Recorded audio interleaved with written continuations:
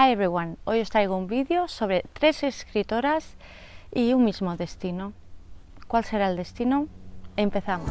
I'm sorry but I'm free. Don't tell me what to be.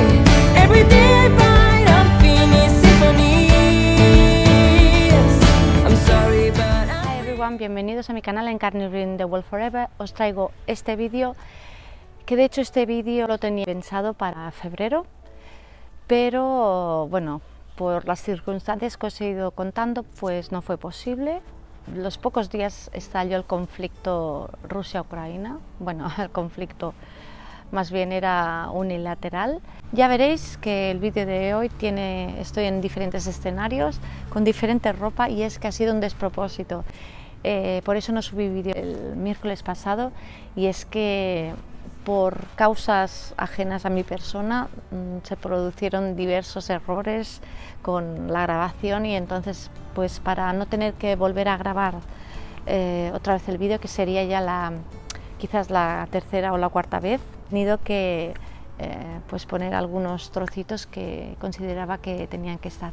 3 escritoras y un mismo destino, un mismo lugar, un lugar que creo que se tiene que tener mucha paz interior y estar muy bien amueblada para superar lo que estas escritoras, y hablo de escritoras, pero evidentemente lo extrapolo a el resto de la población, sufrieron. El destino en cuestión os los desvelaré con la primera escritora. Tengo que decir que fueron 3 mujeres, bueno, admirables, y como os decía, con una fuerza interior brutal, porque si no, esto no hay quien lo supere.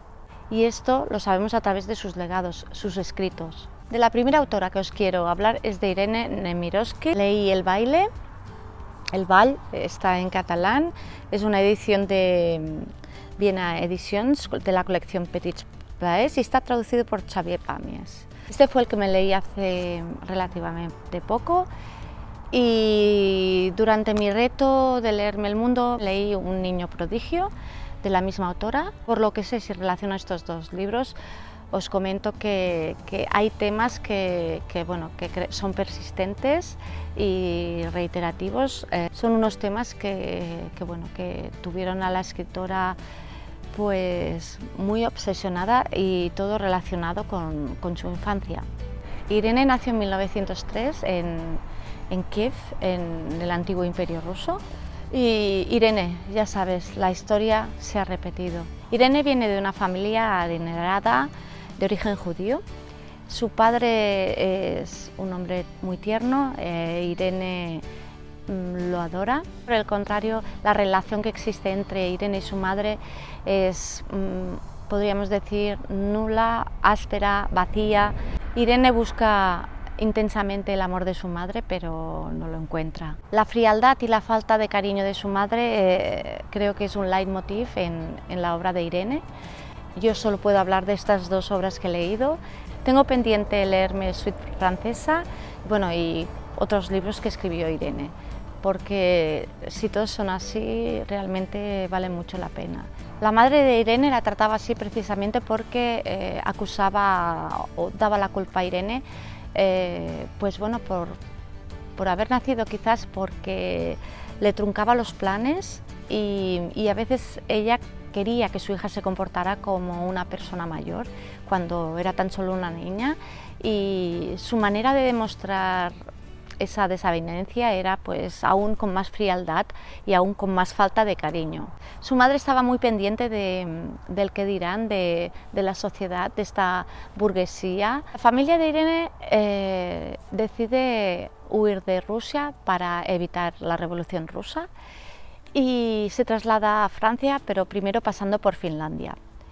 En Francia, Irene no tuvo problema con el idioma, porque su institutriz, la persona más allegada a ella, pues era francesa, y este hecho ayudó a Irene a adaptarse muy rápidamente a la lengua y al país. En Francia fue cuando pasó a llamarse Irene, porque anteriormente su verdadero nombre era Irina. Irene estudió en la Sorbona y estudió la licenciatura de Letras. A los 19 años ya empezó a escribir. En 1926 se casa con Michelle, bueno, yo lo pronuncio así, Epstein, y tienen a dos niñitas. Estas dos niñitas fueron las que sacaron a la luz el último trabajo inacabado de Irene, como es Suite Francesa. El padre de Irene le insistió para que pusieran rumbo a Estados Unidos para evitar esta situación, pero Irene decidió quedarse. Se hizo católica y pidió la nacionalidad francesa, pero ante la sorpresa de todos los que la conocían, el gobierno le rechazó ese requerimiento, la cual cosa ella no entendió. Siempre dice que lo que me ha hecho este país, ¿no? ¿Qué me ha hecho este país? Ella que ha dado todo a ese país, como era Francia, porque ella se sentía muy francesa. La cosa que pusieron era pues, que, dado las circunstancias, en la situación que se encontraba el país, ahora no podían darle la nacionalidad francesa. En 1943 la deportan a Auschwitz y allí fallece. Su marido había hecho lo imposible, la gente que la conocía había hecho lo imposible y no pudo ser. Creo que es algo que el gobierno francés, pues supongo que tendrá esta espinita, digo yo. El primer libro que me leí fue, como os decía, El niño prodigio, que de hecho creo que fue una de sus primeras obras. Un niño prodigio nos narra la historia de un niño de origen humilde, un niño prodigioso, un niño que tiene la poesía en sus palabras y la música en sus dedos, un trovador, un niño que canta las tristezas de la gente humilde, pero también las alegrías de esta. Un día, en una de las tabernas que él frecuentaba, pues aparece un poeta venido a menos, un poeta que, bueno, que su musa se ha apagado, su creatividad pues está estancada y puede escuchar y puede disfrutar de este niño, de todas sus habilidades como poeta, como cantante, como trovador, y decide llevarlo con él pues a la corte de una princesa caprichosa. Así la princesa podrá disfrutar de este niño prodigio, pero este niño se hace adolescente y aquello que la princesa consideraba que era un don, pues resulta que para ella ya no es nada. Esa melancolía que tenían sus canciones, y bueno, la decisión no la voy a decir porque si no hago mucho spoiler, pero bueno, tiene un final doloroso.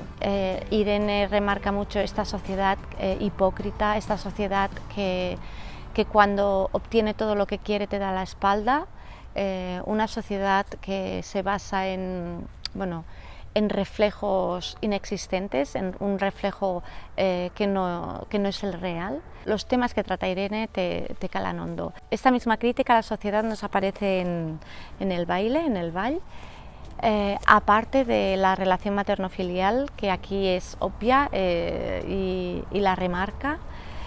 Vemos cómo quiere, diríamos que en los dos, ¿no? Son como esta sociedad quiere que los niños se comporten como adultos, les enseñan o les obligan a ser adultos a una temprana edad sin disfrutar de lo que se supone que tiene que ser el momento más maravilloso de tu vida o quizás la base de tu vida, que es la infancia.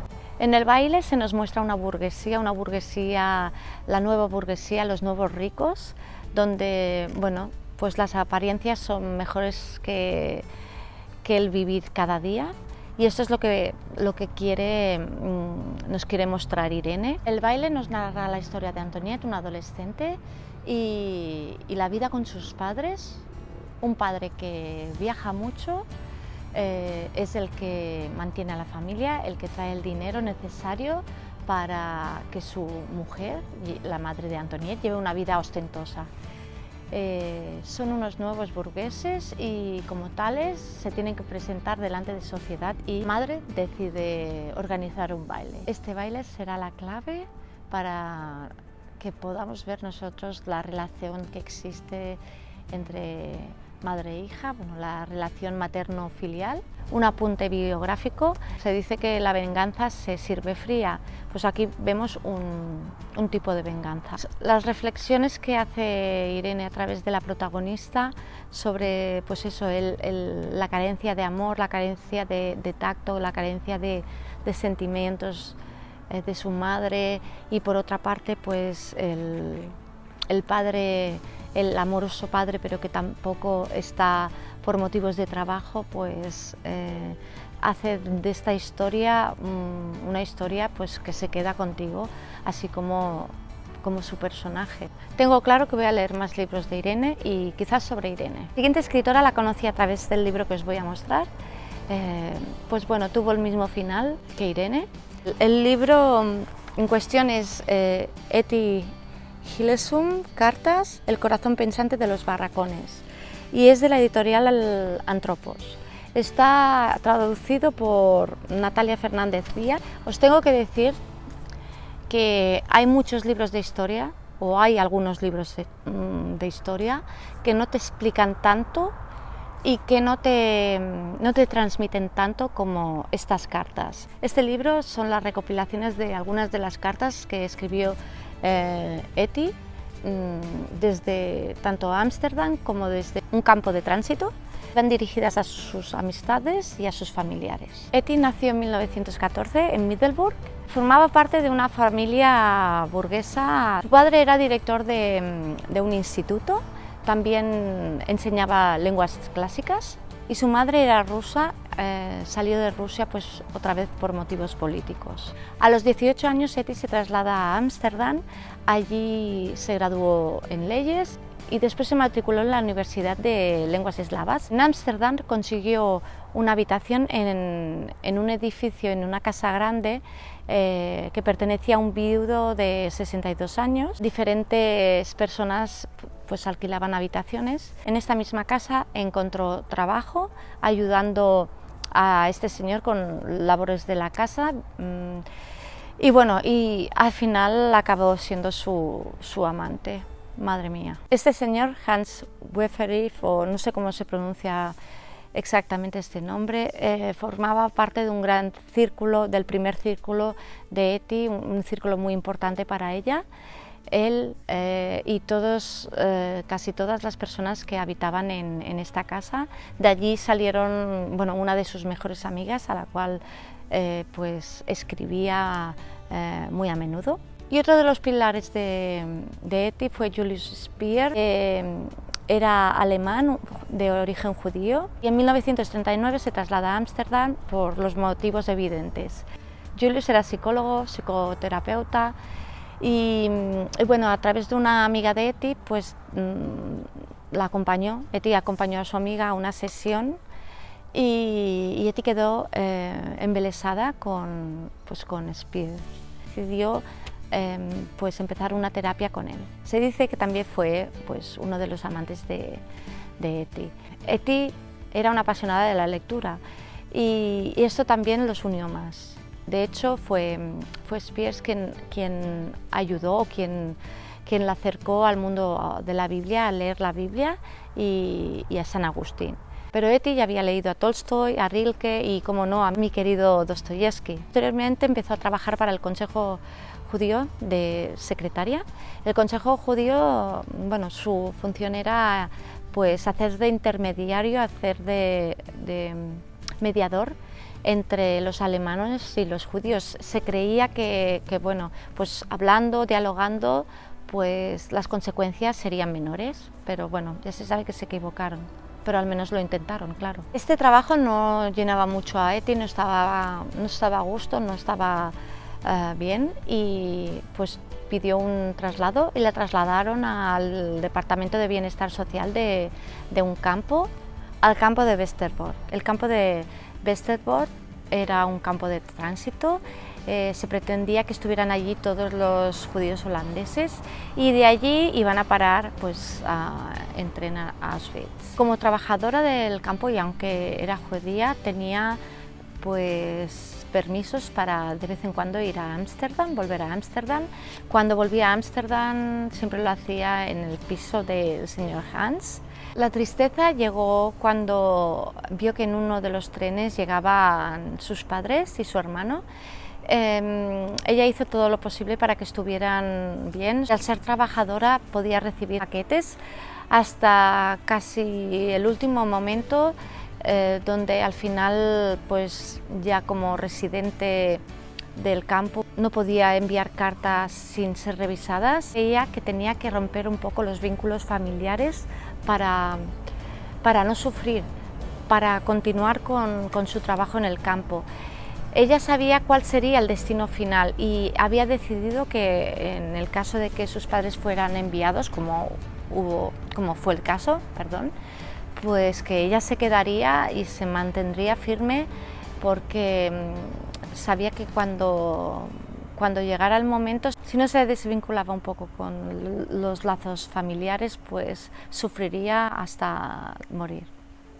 Esta parte no la he entendido, pero tampoco no la puedo ni justificar, ni entender, ni criticar, porque hay cosas que si no las vives tampoco sabes cómo reaccionarías. Una de las cosas que me sorprendió al leer las cartas fue que ella conocía todo, conocía qué pasaría con los que subían al tren, no volverían, las atrocidades que se estaban cometiendo. Y os quiero leer unas líneas de aquí, porque ella sobre todo lo que no perdió nunca fue la esperanza. Ella no... sus ideas eran que no quería culpar a nadie, no se quería sentir odio y no justificarlo, sino que el odio al final te llevaba más odio y al final a sentirse mal con uno mismo y con los que te rodean. Y esta esperanza la lleva a decir que donde quiera que haya seres humanos hay vida. Aún estando en esas circunstancias, cantaban, se reían, sacaban fuerzas de donde podían. Y ahora os leeré unas líneas que tengo aquí, me parece, pues bueno, que simplemente para que veáis su pensamiento y lo fuerte que era. Y encima la entereza que tenía y poder pensar en esas circunstancias. Ella decía, pero la rebeldía que empieza a nacer cuando la desgracia te afecta personalmente no es auténtica y por lo tanto tampoco productiva. Es decir, que tenía que salir de ese dolor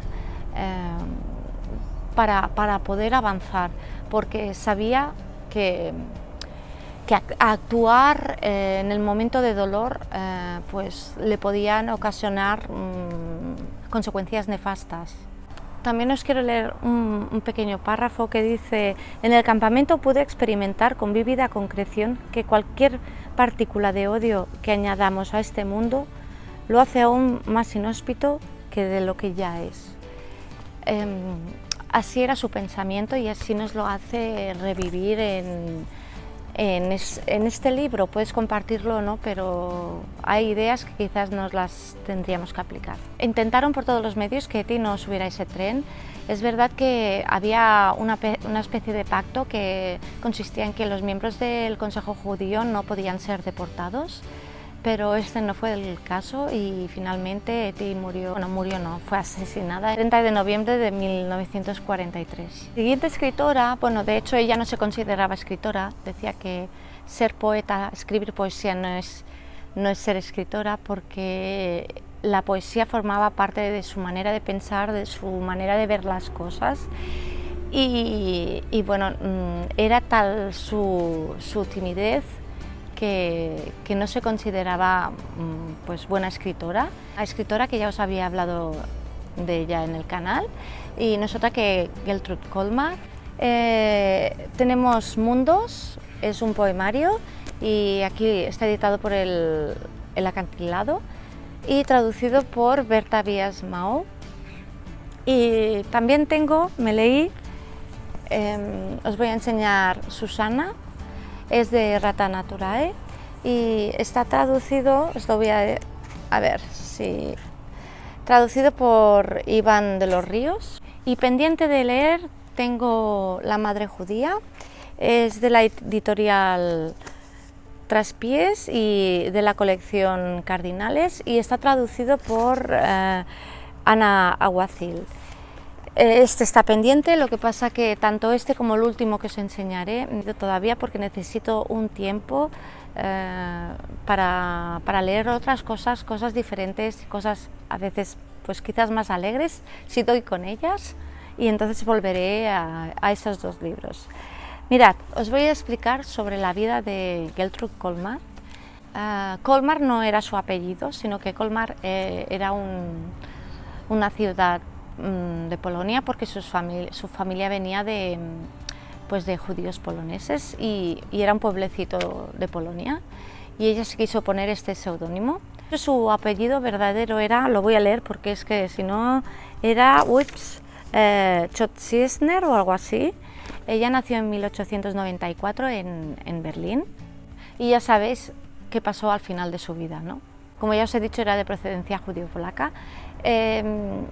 Ella era una persona muy tímida, muy reservada. De hecho, ella no enseñaba a nadie sus poemas, sí a su padre, y fue su padre quien empezó a publicarle sus poemas y sus escritos en algunas revistas. Nació en una familia que amaba los libros, que se juntaban para leer historias, para interpretar pues obras de teatro.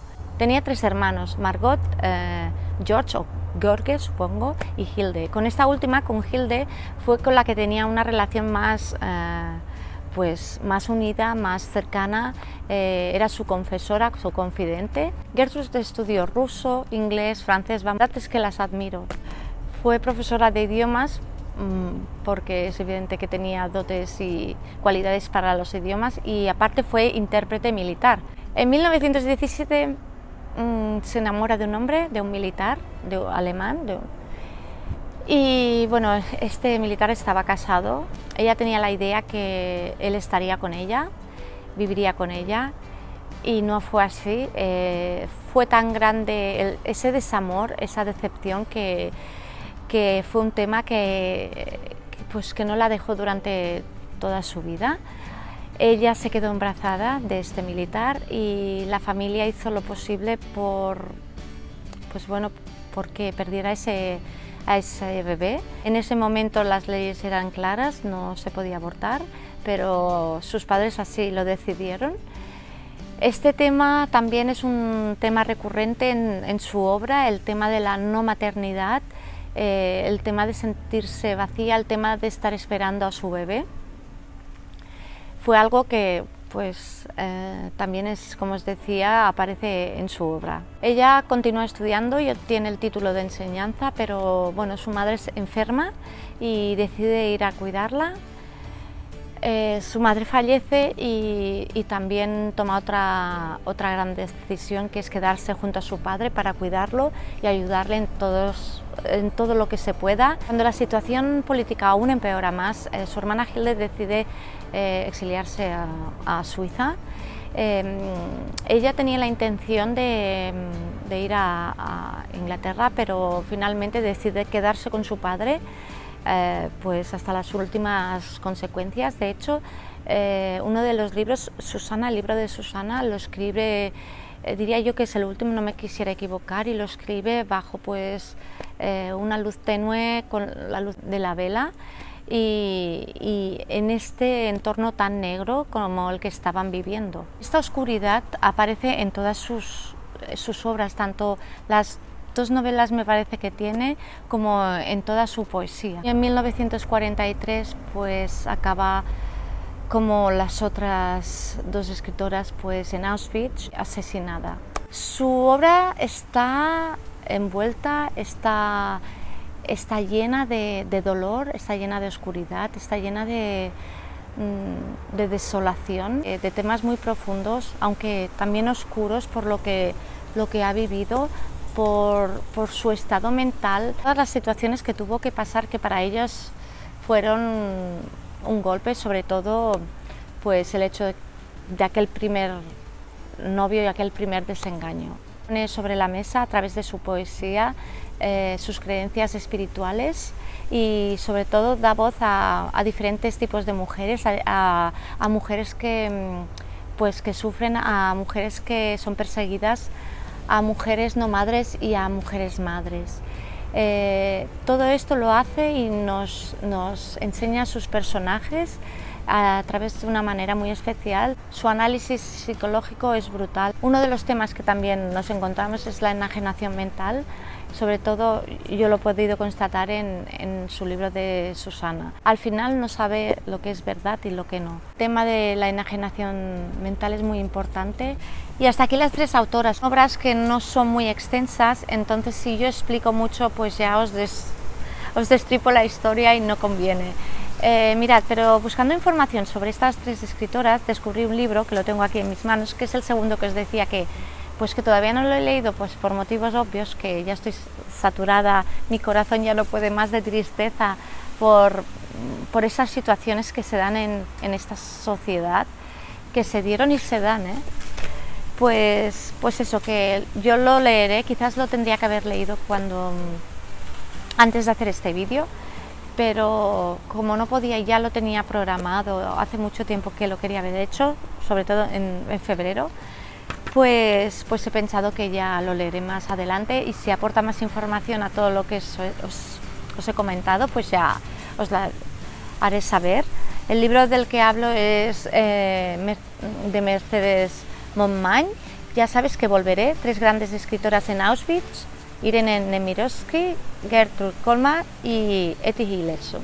De hecho, en este libro, bueno, que lo he ojeado un poco, no solo nos habla de estas grandes escritoras, es una fuente de información muy buena porque nos habla de diversos escritores y escritoras que corrieron con este final tan fatídico. Y bueno, yo cuando tenga la oportunidad miraré y me haré una lista de todos ellos para poder pues ahondar más en sus obras y conocer más, porque si leemos sobre ellos pues esta memoria no desaparecerá y está bien pues que pase de generación en generación para no cometer los mismos errores. Pues bueno, hasta aquí el vídeo de hoy, que sepáis que he grabado. Esta es la tercera vez que grabo porque no sé por qué se me para la cámara. Bueno, la cámara no, el móvil, que grabo desde el móvil. He cambiado de setting porque hacía una calor en el sitio donde estaba, ya estaba el sol. Ahora empieza a hacer un poco de airete, pero no es un aire fresquito, o sea que es calentito, y espero que se haya grabado hasta el final.